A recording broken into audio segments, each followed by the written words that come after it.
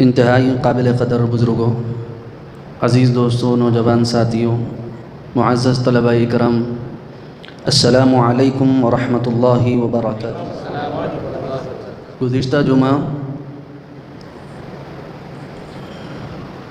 ادھر ادھر کی باتوں کے بجائے آپ حضرات کو یہ بتایا گیا کہ قرآن مجید فرقان حمید میں اللہ تبارک و تعالی ولیوں کے متعلق کیا ارشاد فرماتے ہیں۔ ساتھ ہی ساتھ آپ حضرات کو یہ بھی بتایا گیا کہ ہماری کچھ غلطیوں اور کوتاہیوں کی وجہ سے لوگوں کو موقع ملتا ہے اولیاء کرام پر انگلی اٹھانے کا، مذاق اڑانے کا، ٹھٹا کرنے کا موقع ملتا ہے۔ لوگ جو ہے اگر قرآن اور سنت کو مضبوطی سے تھام لیں گے تو اللہ تبارک و تعالیٰ کا ایک بڑا احسان یہ ہوگا کہ بہت بڑی قوم میں جو نا اتفاقیاں وجود میں آ گئی ہیں وہ ختم ہو جائیں گی، آپس میں جو نا اتفاقیاں پیدا ہو گئی ہیں وہ ختم ہو جائیں گی۔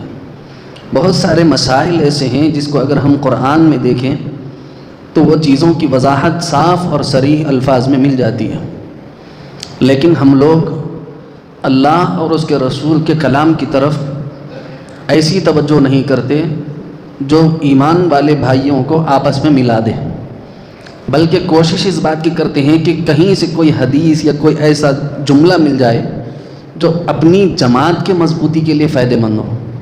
ہر جماعت یہی کوشش کرتی ہے، اللہ معاف فرمائے، لیکن اگر کوشش اس بات کی جائے کہ ہر جماعت میں اتحاد پیدا ہو جائے، اتفاق پیدا ہو جائے، تو ایسا بھی ممکن ہے، بشرطے کہ ہم اللہ اور اس کے رسول کے کلام کو سینے سے لگائیں، کھلی آنکھوں سے پڑھیں، سمجھیں کہ اللہ اور اس کے رسول کیا کہنا چاہتے ہیں۔ گزشتہ جمعہ میں نے کتابوں کے حوالے کے بجائے آیات مبارکہ میں نے آپ حضرات کو پڑھ کر سنائی۔ آیات تو یاد ہی ہوں گی، جس کے اندر میں نے اہدنا الصراط المستقیم صراط الذین انعمت علیہم، پھر اس کی تفسیر میں اولئک الذین انعم اللہ علیہم من النبیین والصدیقین والشہداء والصالحین، پھر اس کی وضاحت میں نے اللہ ولی الذین آمنوا یخرجہم من الظلمات الی النور، پھر اسی کی توضیح میں نے الا ان اولیاء اللہ لا خوف علیہم ولا هم یحزنون، پھر اسی کی توضیح میں نے ان اولیاءہ الا المتقون، پھر اسی کی توضیح میں نے یا ایھا الذین آمنوا اتقوا اللہ وکونوا مع الصادقین۔ اتنی آیات میں نے گزشتہ جمعہ آپ حضرات کو سنائی، یاد رہیں گے انشاءاللہ؟ یاد نہ ہو تو پھر آپ ریکارڈ نکال کر کے ایک مرتبہ سن لیں تاکہ یادداشت مضبوط ہو جائے اور سمجھ آئے کہ اولیاء اللہ کا جو ذکر اللہ نے قرآن مجید میں فرمایا ہے وہ اس ترتیب پر ہے۔ پھر میں نے ایک حدیث مبارکہ پڑھی، وہ حدیث مبارکہ ہے، تفصیلی حدیث ہے، بخاری شریف کی روایت ہے، حدیث نمبر بھی میں نے ریکارڈ کروا دیا، آپ لوگ ریچیک کر لیں۔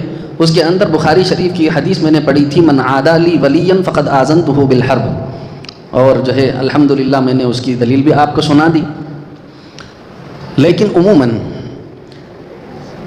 اولیاء اکرام کے کرامات کے متعلق بہت سارے بھائیوں کو اختلاف پیدا ہو گیا۔ اختلاف پیدا ہونے کی وجوہات میں سے ایک وجہ یہ ہے کہ ہم لوگ جو ہے ظاہر میں جو حرکات اور افعال اور سکنات کرتے ہیں، یعنی بدعت سے متعلق یا رسوم و رواج سے متعلق، اس کی وجہ سے بعض ہمارے ہی مسلمان بھائیوں کو اس بات سے اختلاف ہو گیا کہ بھائی شاید یہ بزرگاں ایسا بولے ہوں گے، بزرگوں نے کوئی بری عادت نہیں ڈالی، ہم اپنے منشے سے جیسا سمجھ میں آیا وہ کرے، اس وجہ سے وہاں بگاڑ پیدا ہو گیا۔ یہ باتیں میں نے کہہ دی ہیں، دوبارہ میں اس پر اپنا وقت ضائع نہیں کرنا چاہتا، لیکن یاد رکھیں قرآن مجید میں اس کا کیا مقام ہے، احادیث مبارکہ میں اس کا کیا مقام ہے، اس کی تفصیلات انشاءاللہ اس جمعہ عرض کی جائیں گی۔ کرامت، معجزہ اور استدراج، دیکھیں تین قسم کی چیزیں ایسی ہیں جو الگ الگ افراد سے ظاہر ہوتی ہیں، الگ الگ افراد سے ظاہر ہوتی ہیں، جس کو خرق عادات کہا جاتا ہے۔ خرق عادت بولے تو عام طور پر نہیں ہونے والی چیز، عام طور پر بولو نہیں ہونے والی چیز ہو جائے، جیسے کرامت بولتے ہیں نا بھائی، عام آدمی نہیں کر سکتا اس کو، کسی ولی سے وہ چیز صادر ہوتی ہے، جیسے معجزہ بولتے ہیں وہ نبی سے ثابت ہونے والی چیز ہوتی ہے۔ تو معلوم یہ ہوا کہ خرق عادات کا ہونا یعنی اچھمبے والی چیزوں کا ہو جانا، عام طور پر نہیں ہوتے سو چیز کا ہو جانا، اس کو کہتے ہیں خرق عادت خرق عادت بولے تو عام عادت سے ہٹ کر ایک الگ انداز میں کسی چیز کا پورا ہونا، اس کو کہتے ہیں کہیں پر معجزہ، کہیں پر کرامت، اور کہیں پر اس کو استدراج کہا جاتا ہے۔ اسی کے متعلقہ مضامین جو قرآن مجید میں اللہ تبارک و تعالیٰ نے بیان فرمائے، انشاءاللہ آج اس کو ہم سنائیں گے۔ کہاں سے بگاڑ پیدا ہوتا ہے، کیوں ہم قرآن اور سنت کو نہیں تھام رہے، اس کی وجوہات پر ذرا غور فرمائیے۔ دیکھیں، قرآن مجید میں خرق عادت کے منسوب واقعات 3 افراد پر مشتمل ہیں۔ کتنے؟ بولو، 3 افراد پر مشتمل ہیں۔ خرق عادت کہتے ہیں، میں نے کہہ دیا ہے کہ عام عادتوں سے ہٹ کر کسی واقعے کا پیش آ جانا، اس کو کہتے ہیں خرق عادت۔ خرق عادت سمجھ میں آ گئی میری بات؟ اب دیکھیں کہ قرآن مجید اس کے بارے میں کیا کہتا ہے۔ پہلے ہمارے لیے قرآن ہے نا، تو قرآن مجید اس کے بارے میں 3 قسم کے لوگوں کے واقعات بیان کرتا ہے۔ ایک انبیاء علیہم السلام، دوسرے اولیاء اعظام، اور تیسرے وہ لوگ جو نہ ایماندار تھے نہ عمل صالح ان کے پاس تھا، لیکن تینوں کے واقعات قرآن مجید میں مذکور ہیں۔ اب آپ سن لیں، قرآن مجید میں پہلے قسم کے جو لوگ ہیں ان کو انبیاء علیہم السلام کہا جاتا ہے۔ انبیاء علیہم السلام، ان سے خرق عادات واقعات پیش ہوتے ہیں۔ مثال کے طور پر قرآن مجید میں آیت ہے، اللہ تبارک و تعالی حضرت ہود علیہ السلام کی اونٹنی کا ذکر کرتے ہوئے فرما رہے ہیں، وَيَا قَوْمِ هَٰذِهِ نَاقَةُ اللَّهِ۔ سورہ ہود ہے، آیت نمبر 64 ہے۔ 64 بولے تو معلوم آپ لوگوں کو 7 پر 4۔ آیت نمبر 64 میں سورہ ہود میں اللہ تبارک و تعالیٰ نے حضرت ہود علیہ السلام کی اونٹنی کا ذکر فرمایا۔ اونٹنی کیوں اس کو اللہ کی نشانی کہا انہوں نے؟ کیونکہ ان لوگوں نے حضرت ہود علیہ السلام کے ساتھ شرط ایسی لگائی تھی کہ جو شرط لگانا بظاہر عقل کے خلاف تھا۔ مثال کے طور پر انہوں نے ہود علیہ السلام سے کہا تھا، اے ہود، اگر تم اپنے آپ کو نبی کہتے ہو تو پھر ایسا کرو کہ یہ پہاڑ جو سامنے تمہارے نظر آ رہا ہے یہ پھٹنا، اس میں سے اونٹنی نکلنا، اور اونٹنی بھی حاملہ رہنا ہو۔ سمجھ میں آ گئی بات؟ قوم نے حضرت ہود علیہ السلام سے کیا کہا؟ اے ہود، یہ جو پہاڑ ہے، یہ جو چٹان تمہارے سامنے ہے، یہ چٹان پھٹ جانا، اس کے اندر سے اونٹ نکلنا، اونٹنی نکلنا، اونٹنی بھی ایسی جو حاملہ رہنا۔ تو اللہ تبارک و تعالیٰ نے حضرت ہود علیہ السلام کی دعا قبول فرمائی، چٹان پھٹی، اونٹنی باہر آئی، اور بولو نا وہ حاملہ بھی تھی۔ اب یہاں پر سمجھنے والی بات یہ ہے دوستوں، بعض لوگاں جو ہے خرق عادت واقعہ جب بھی منسوخ کیا جاتا ہے فوری مذاق اڑانا شروع کر دیتے ہیں۔ اگر صرف آپ اس بنیاد پر مذاق اڑاتے رہیں گے تو بہت ساری قرآن کی آیات کا انکار کرنا پڑے گا، اور آیات کا انکار کرنے کے بعد آدمی مسلمان نہیں رہتا، کافر ہو جاتا ہے۔ ایک آیت کا نہیں، ایک حرف کا، زبر زیر کا بھی اگر انکار کر دیا کہ یہ قرآن کا حصہ نہیں ہے، یہ قرآن کا سبق نہیں ہے، تو پھر آپ سمجھ لیجئے کہ آپ ایمان سے ہاتھ دھو چکے ہیں۔ اس لیے کوئی ایسی حرکت نہ کریں، اسلام پر زبان کھولتے ہوئے آپ اتنی جانچ پڑتال ضرور کر لیں کہ یہ جو میں معلومات دے رہا ہوں کیا یہ قرآن میں موجود ہیں کہ بھی نہیں ہے، قرآن پاک میں اس کے دلائل ہیں کہ بھی نہیں ہیں۔ آپ جب تک یہ نہ دیکھیں اپنی زبان سے ان باتوں کو آپ انکار نہ کریں۔ عزیزو، یہ واقعہ اونٹنی کا جو ہے حضرت ہود علیہ السلام کے زمانے میں پیش آیا۔ اگر کوئی کافر، کوئی مشرک، کوئی یہودی، کوئی نصرانی اس کا مذاق اڑائے تو اڑائے، ہم کو کوئی پرواہ نہیں، ہم اللہ کی بات پر یقین کرتے ہیں، ہم نبی کی بات پر یقین کرتے ہیں۔ یہ بات ذہن نشین کر لی جائے کہ اچھمبے والی چیز دکھ رہی، پیش کریں گے تو لوگ کیا بولیں گے؟ نہیں، قرآن میں آ گیا لا ریب فیہ، اب اس میں شبے کی گنجائش نہیں نکل سکتی۔ قرآن میں آ گیا، ختم ہو گئی بات، اتھینٹک احادیث میں واقعہ مل گیا، ختم ہو گئی بات۔ اب سوال ہی پیدا نہیں ہوتا کہ ہم اس کا انکار کر دیں، چاہے ہماری عقل اس کو قبول کرے یا نہ کرے۔ اور معجزہ اور کرامت بولتے ہی ایسی چیز کو ہیں جو خلاف عقل ہو، حیرت میں ڈال دینے والی ہو، خرق عادت ہو، عام طور پر ایسا نہ ہوتا ہو، اسی کو معجزہ یا کرامت کہتے ہیں۔ میری بات غور سے سننا، میں بہت اہم پوائنٹس کی طرف آپ حضرات کو لے جانا چاہتا ہوں، تھوڑی توجہ سے آپ ذرا سماعت فرمائیے۔ پہلی قسم میں نے کہا، پہلی مثال میں نے حضرت ہود علیہ السلام سے متعلقہ ایک آیت پڑھی، بہت ساری آیات ہیں لیکن میں نے مثال کے طور پر کچھ آیات قرآن مجید سے لکھ کر کے لایا ہوں تاکہ آپ حضرات کو سنا دوں۔ دوسرا موسیٰ علیہ السلام کا واقعہ میں نے ابھی سنا ہے، وَإِذِ اسْتَسْقَىٰ مُوسیٰ لِقَوْمِهِ فَقُلْنَا اضْرِب بِّعَصَاكَ الْحَجَرَ فَانْفَجَرَتْ مِنْهُ اثْنَتَا عَشَرَةَ عَيْنًا۔ اللہ کے حکم سے موسیٰ نے لاٹھی ماری چٹان پر، چٹان پھٹی اور 12 چشمے اس سے ظاہر ہو گئے۔ بات سمجھ آ گئی؟ کتنے چشمے ظاہر ہو گئے؟ 12 چشمے اس سے ظاہر ہو گئے۔ اب عام طور پر یہ واقعہ پیش آ سکتا ہے کیا؟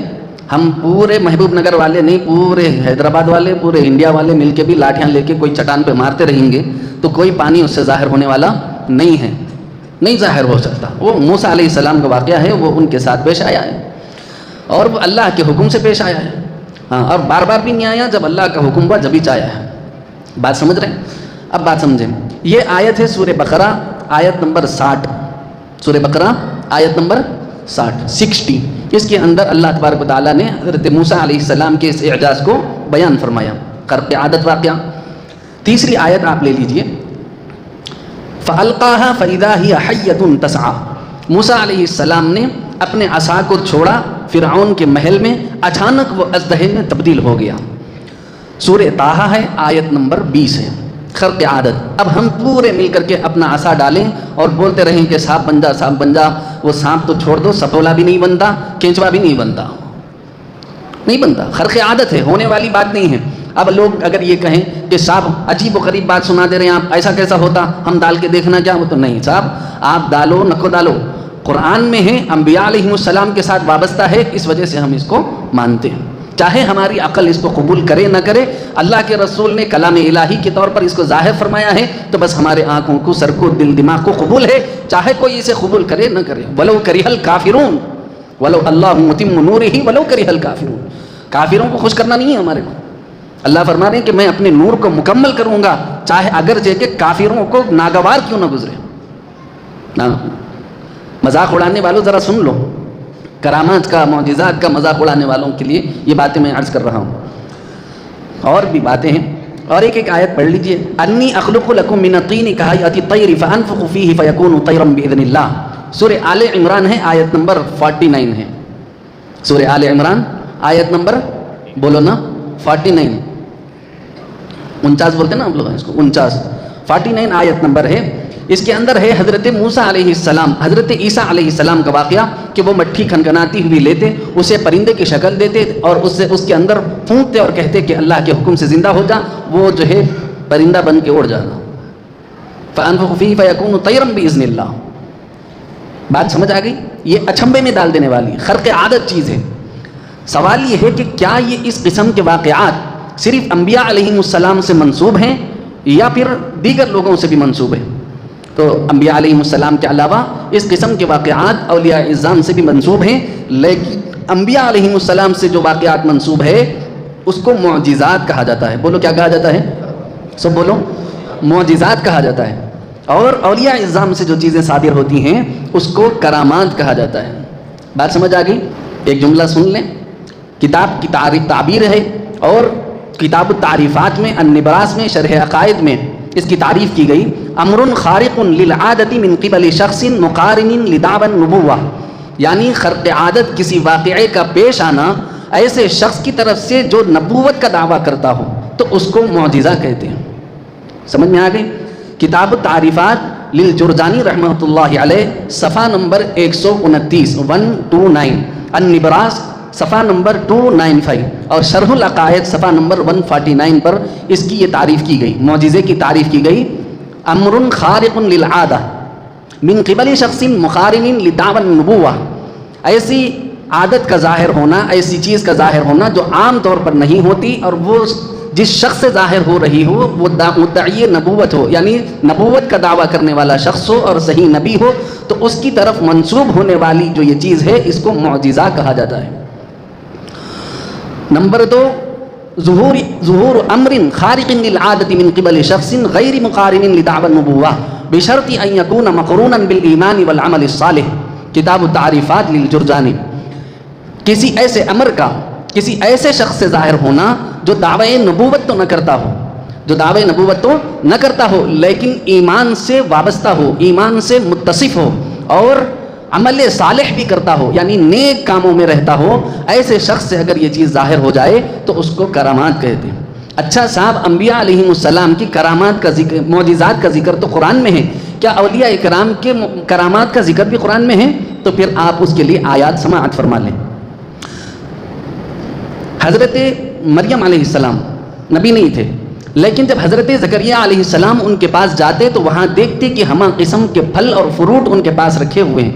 قرآن مجید اس کو اپنی زبان میں کہتا ہے کلما دخل علیہا زکریا المحراب وجد عندها رزقا قال یا مریم انا لک ھذا قالت هو من عند اللہ۔ مریم علیہ السلام نبی نہیں، لیکن خرق عادت واقعہ اللہ نے ان سے بھی ظاہر فرمایا۔ جب حضرت زکریا علیہ السلام ان کے پاس گئے تو انہوں نے وہاں دیکھا کہ پھل فروٹ پڑے ہوئے ہیں، حالانکہ وہ ان کی کفالت میں ہونے کی وجہ سے زکریا علیہ السلام باہر سے بند فرما کر اس کا اہتمام فرما کر جایا کرتے تھے، لیکن جب واپس آتے تو دیکھتے کہ وہاں پر بہت سارے پھل اور وہ جو ہے فروٹ رکھے ہوئے ہیں، تو وہ پوچھتے مریم یہ کہاں سے آیا؟ قال یا مریم، کہتے اے مریم کہاں سے آیا؟ انا لکی ھذا، وہ کہتی ہیں قالت ہوا من عند اللہ، یہ میرے رب کی طرف سے آیا ہے۔ سورہ آل عمران ہے، آیت نمبر 37 ہے، 37 بولتے ہیں نا آپ لوگ اس کو، آیت نمبر 37 اس لیے بول رہا ہوں تاکہ آپ حضرات میں سے ہر شخص سمجھ جائے۔ سورہ آل عمران آیت نمبر 37 ہے، گھر میں قرآن کھولیے، پڑھیے اللہ کے واسطے۔ اب یہ خاتون جو ہیں حضرت مریم علیہ السلام کہ ان کے بارے میں واقعہ منقول ہے، وہ حالانکہ غیر نبی ہیں لیکن قرآن مجید میں ان سے متعلقہ واقعہ موجود ہے۔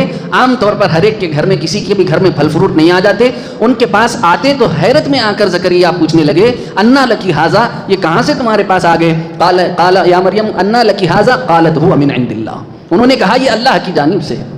بات سمجھ آ گئی؟ سورہ آل عمران ہے، آیت نمبر 37 آیت نمبر ہے۔ چلیں وَلَبِثُوا فِي كَهْفِهِمْ 300 سِنِينَ وَازْدَادُوا 9، سورہ کہف میں یہ آیت ہے، آیت نمبر 25 ہے، سورہ کہف ہے، غیر نبی ہیں اصحاب کہف، ان کا واقعہ قرآن مجید میں منقول ہے۔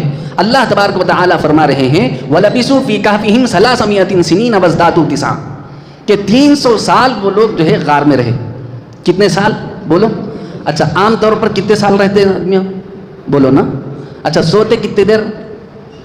یہ خلق عادت جو ہے نا، اس کو اگر نبی سے اگر یہ چیز ظاہر ہو تو اس کو کیا کہتے ہیں؟ بولو نا یار، بڑے ٹھنڈے لوگ ہیں۔ اگر نبی سے ظاہر ہو تو بولو معجزہ کہا جاتا ہے۔ اگر غیر نبی سے ظاہر ہو لیکن وہ بالایمانی والعمل صالح ہو، یعنی ایمان سے متصف ہو اور عمل صالح سے متصف ہو، تو پھر اس شخص سے ظاہر ہونے والی شے کو کہتے ہیں کرامت۔ اب یہ نہ اصحاب کہف انبیاء میں سے تھے، نہ مریم انبیاء میں سے تھی، لیکن ان کا واقعہ خرق عادت پیش آیا، اس کو قرآن مجید نے ذکر فرمایا۔ وَلَبِثُوا فِي كَهْفِهِمْ 300 سِنِينَ، 309 سال وہ اصحاب کہف جو ہے غار میں سوتے رہے۔ 309 سال، ہاں، نہ جسم گلا نہ کپڑا گلا، نہ، ہاں آپ کو حیرت ہوگی جب وہ بیدار ہو گئے تو ان لوگوں میں سے کسی ایک نے پوچھا کہ ہم کتنی دیر سوئے ہوں گے؟ تو ان لوگوں میں سے کسی نے کہا آدھا دن یا اس کا کچھ حصہ۔ قرآن کہہ رہا ہے، آپ یہ آیت اٹھا کر کے دیکھ لیجیے، سورہ کہف ہے، آیت نمبر 25 ہے، 25 آیت نمبر ہے، آپ پڑھیں وَلَبِثُوا فِي كَهْفِهِمْ 300 سِنِينَ وَازْدَادُوا 9، 309 سال سوئے بھی اٹھے بھی، نہ ان کا جسم گلا نہ ان کے کپڑے گلے، نہ ان کے سامنے بیٹھنے والے کتے کو کچھ نقصان پہنچا۔ اللہ اکبر کبیر۔ صرف اصحاب کہف نہیں، ان کے کتے کو بھی نقصان نہیں ہوا۔ میری بات آپ حضرت سمجھ رہے ہیں؟ ہاں، ایک اور آیت سماعت فرما لیں، قال الذی عنده علم من الکتاب انا آتیک به قبل ان یرتد الیک طرفک۔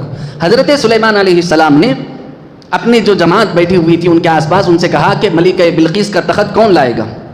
کسی نے کچھ وقت بتایا، کسی نے کچھ وقت بتایا، ایک نے جن کو آصف بن برقیہ کے نام سے تفسیروں میں یاد کیا جاتا ہے، انہوں نے کہا کہ آپ پلک جھپکیں تو میں آپ کے سامنے ظاہر کر دوں گا۔ حضرت سلیمان علیہ السلام ایسا پلک جھپکے تو ملکہ بلقیس کا تخت کوسوں میل سے دور جو ہے وقت واحد میں سامنے لا کر کے ظاہر کر دیا۔ اور یہ آصف بن برقیہ کے متعلق سب کا اتفاق ہے کہ انہوں نبی، ارے بولو نا، یہ نبی نہیں تھے، لیکن ان سے واقعہ پیش آیا، واقعہ خرق عادت ہے، اور قرآن مجید میں اللہ اس کو ذکر فرما رہے ہیں۔ میری بات آپ حضرت سمجھ رہے ہیں؟ قال الذی عنده علم من الکتاب انا آتیک به قبل ان یرتد الیک طرفک، سورۃ النمل ہے، آیت نمبر 40 ہے۔ جائیں آپ اپنے گھروں میں قرآن مجید کھولیں، پڑھیں تاکہ آپ کی آنکھیں کھل جائیں۔ تیسری قسم کے وہ لوگ ہیں جن سے خرق عادات تو پیش آتی ہیں لیکن ان کا تعلق جو ہے ایمان سے اور عمل صالح سے نہیں ہوتا، ایمان سے اور عمل صالح سے نہیں ہوتا۔ جیسا کہ شیطان، ابلیس ہے. اب اس سے خرق عادات کئی چیزیں پیش آتی ہیں, سیکنڈوں میں ادھر سے ادھر چلے جانا. اب اللہ تبارک و تعالیٰ جب اس کو اپنے دربار سے ہکال دیے تو انہیں بولا اللہ میاں میرے کو ایسی زندگی ہونا کہ میں شروع سے لے کر آخر تک یعنی قیامت تک میرے کو زندگی ہونا, قیامت تک کی مہلت ہونا. عام طور پہ ایسا ہے کیا؟ ارے بولو نا, نہیں ہے. نہ انبیاء علیہ السلام ایسا منگے اللہ تعالیٰ سے, نہ اولیاء منگے, نہ کوئی بزرگ منگتا ہے, نہ صالحین منگتے ہیں, نہ غیر صالحین منگتے ہیں, اور نہ منگنے پہ پورا کیا جاتا ہے. لیکن خرق قیامت تک کی مہلت ہونا, اللہ تعالیٰ بولے قال فإنک من المنذرین, جا ہم نے تجھے قیامت تک کی مہلت دے دی. اللہ اکبر. جب حبیب کبریا کی باری آئی تو نبی رحمت صلی اللہ تعالیٰ علیہ وسلم کے متعلقہ بے تحاشا واقعات منقول ہیں قرآن میں بھی اور احادیث مبارکہ میں بھی. اتنے واقعات معجزات سے بھرے پڑے ہوئے ہیں نبی رحمت صلی اللہ تعالیٰ علیہ وسلم کے کہ آپ اگر جو ہے انشاءاللہ ایک ریکارڈ ہمارا یوٹیوب پر بھی موجود ہے معجزات النبی صلی اللہ علیہ وسلم کے بارے میں, آپ اٹھا کے پڑھیے کہ حضور پاک صلی اللہ تعالیٰ علیہ وسلم کے تو معاملات ہی عجیب تھے, ہر عمل حضور کا معجزہ. لیکن قرآن مجید میں ایک آیت جو ہے نبی رحمت صلی اللہ تعالیٰ علیہ وسلم کے بارے میں ہے وَإِن كُنتُمْ فِي رَيْبٍ مِّمَّا نَزَّلْنَا عَلَىٰ عَبْدِنَا فَأْتُوا بِسُورَةٍ مِّن مِّثْلِهِ. حضرت نبی رحمت صلی اللہ تعالیٰ علیہ وسلم کے اوپر جو کلام نازل کیا گیا ہے اس کلام کی ایک مثال پیش کرو بولے اللہ میاں, ایک صورت پیش کرو, ایک آیت پیش کرو. عاجز آ گئے پورے عرب, پورا عجم, پوری دنیا مل کر بھی آج تک بھی اب تک کسی کے پاس اتنی طاقت نہیں کہ کوئی اس کے مثل ایک صورت یا ایک آیت پیش کر سکیں. ایسا بڑا معجزہ نبی رحمت صلی اللہ تعالیٰ علیہ وسلم کو دیا گیا. لیکن یہاں پر میں ایک بات اور عرض کرنا چاہوں گا. دیکھیں اعتدال ضروری ہے. 2 منٹ دیجئے بات ختم کرتا ہوں. اعتدال ضروری ہے. میں ان بھائیوں سے بھی عرض کرنا چاہتا ہوں جو شرک سے بچانے کی چکر میں بہت ساری آیات کے منکر ہو جا رہے ہیں.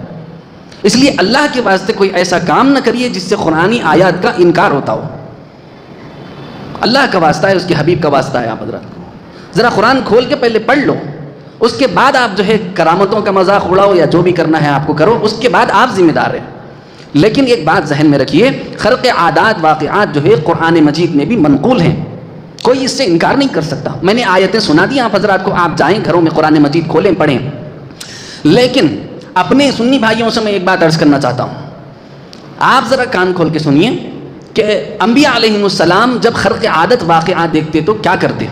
حضرت زکریا علیہ السلام جب حضرت مریم علیہ السلام سے پوچھا کہ مریم یہ کہاں سے آیا, تو مریم نے کہا کہ یہ اللہ کی طرف سے آیا ہے.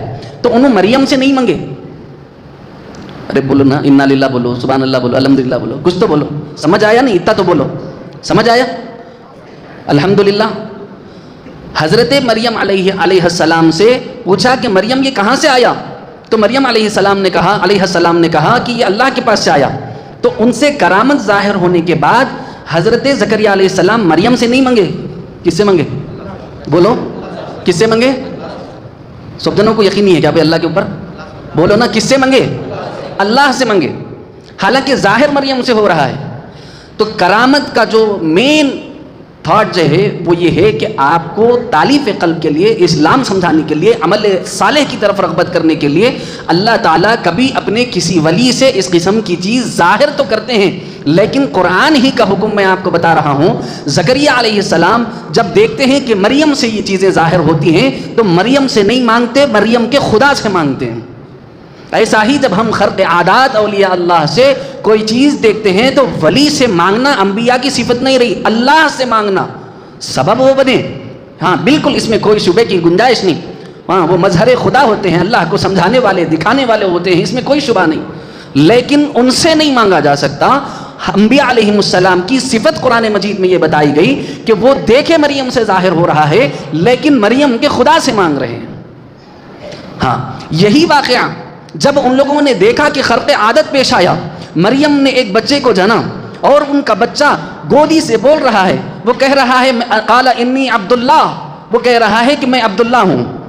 آتانی الکتاب وجعلنی نبیا, ہاں میں کتاب لے کر کے آنے والا ہوں, مجھے اللہ نے نبی بنا کے بھیجا ہے. گود کا بچہ بولتا نہیں, لیکن جیسا ہی بولا تو پورے کے پورے کیا کرے, اللہ کو ماننے کے بجائے ان کچھ خدا کا بیٹا بول دیا. ارے بھائی میری بات آپ حضرت کی سمجھ آ رہی ہے؟ اگر آپ جلدی سمجھیں گے تو میں بات جلدی ختم کر سکتا ہوں. ہمارے حضرت غصہ کر رہے, تم 10 منٹ زیادہ کر دے رہے ملک کے, اس لیے میں آپ لوگوں سے توجہ کا طلبگار ہوں. میری بات سننا. حضرت زکریا علیہ السلام دیکھے کہ مریم کے پاس کرامت ظاہر ہو رہی ہے تو انہوں نے مریم سے نہیں مانگا, کس سے مانگا؟ اللہ سے مانگا.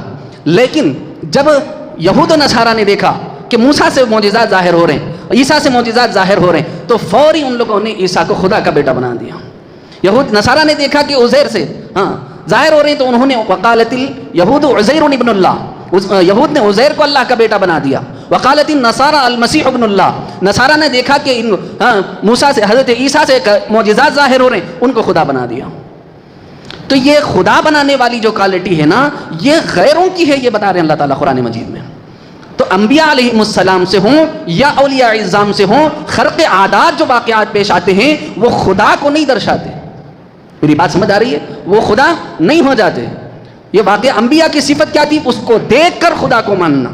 یہود و نصارہ کی کیا، ان لوگوں کی ترتیب کیا تھی؟ وہ لوگ جب دیکھتے ہیں کہ یہاں سے ظاہر ہو رہا ہے، یا تو اسی کو خدا بنا دیتے ہیں یا پھر اس کو خدا کا بیٹا بنا کے پوجنے لگتے ہیں، اسی کی عبادت میں لگ جاتے ہیں۔ مسلمانوں کا، ایمان والوں کا کردار ایسا ہونا چاہیے۔ جو بھائی کرامات پر تبرہ کرتے ہیں، انگلیاں اٹھاتے ہیں، ان کے لیے بھی میں نے آیات پڑھ دی ہیں۔ آپ قرآن مجید کھولیے، پڑھ لیجیے۔ اگر غلط بات ہو تو جو آپ مجھے بتائیں گے میں سب کے سامنے قبول کرنے کے لیے تیار ہوں۔ لیکن ہاں، اگر یہی معاملہ انبیاء علیہ السلام سے صادر ہو تو ان کو معجزات کہا جاتا ہے، اولیاء سے ظاہر ہو تو اس کو کرامات کہا جاتا ہے۔ لیکن جہاں میں ہمارے دوسرے بھائی جو اعتراض کرتے ہیں کرامات کے اوپر، جب ان کو میں بتا رہا ہوں تو سنی بھائیوں سے بھی مخاطب ہوں، ذرا بھی آپ بھی اپنے کان کھول کے سنیے کہ جن اولیاء کرام سے کرامات ظاہر ہو بھی جائیں تب بھی ہم ان سے استعانت طلب نہیں کر سکتے۔ قرآن مجید میں اللہ نے استعانت کو اپنے لیے خاص فرمایا۔ ایاک نعبد و ایاک نستعین، واضح دلیل قرآن مجید کی موجود ہے۔ بات سمجھ آ گئی؟ صفت میں نے دونوں کی بتا دی۔ یہود و نصارہ کی صفت کیا تھی؟ جہاں سے معجزہ ظاہر ہوتا، خرق عادت واقعہ پیش آتا، اسی کو خدا بنا لیتے۔ اور نبی انبیاء کی صفت میں نے بیان کی، خرق عادت واقعہ دیکھا حضرت زکریا علیہ السلام نے تو مریم سے نہیں مانگا، مریم کے خدا سے مانگا ہے۔ یہی صفت اگر سنی بھائی اپنا لے کہ بھائی ہم اللہ سے مانگیں اور بزرگان دین کو اس کا سبب سمجھے، وسیلہ سمجھیں، تو پھر آپ کے اوپر کوئی انگلی نہیں اٹھا سکتا۔ لیکن اگر آپ جا کر کے وہیں پر بیٹھ جائیں اور اپنا ماتھا پھوڑتے رہیں تو پھر آپ کو شرک کر رہے ہیں سمجھ کے اپنے ہی بھائیاں روکنے جاتے، پھر ان لوگ یہ غلطی کرنے بیٹھ جاتے کہ بھائی کرامتوں کا انکار کر ڈالتے۔